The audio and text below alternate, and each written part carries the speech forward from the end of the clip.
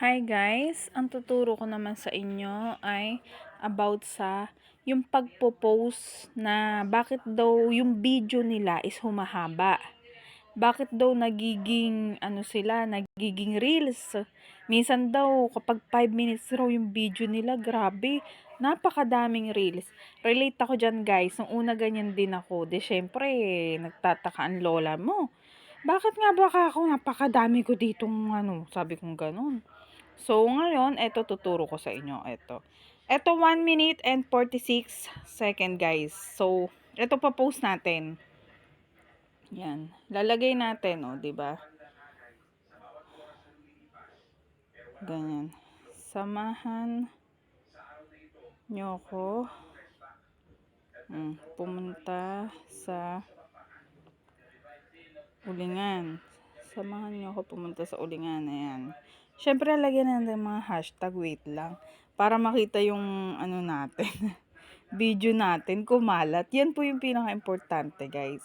Kasi para pagka nag-search sila, mabilis. Yan agad ang lumalabas. Ganun. Diba? Ganyan tayo mag-post, guys. Kailangan maraming hashtag. Pagpasensyahan nyo na. Eto is pumunta ako sa ulingan, guys. Treasure, syempre. Dahil gala tayo eh. Gala. Uling. About kasi sa uling to, guys. Kaya, kung ano-ano yung nilalagay nating highlight, para guys, mabilis. Pagka naghahanap sila. Yun lang yun. Then, next na natin. Ayan, balik tayo sa topic natin. Paano daw? Saan daw makikita yon? Eto po yon, create playlist from your video.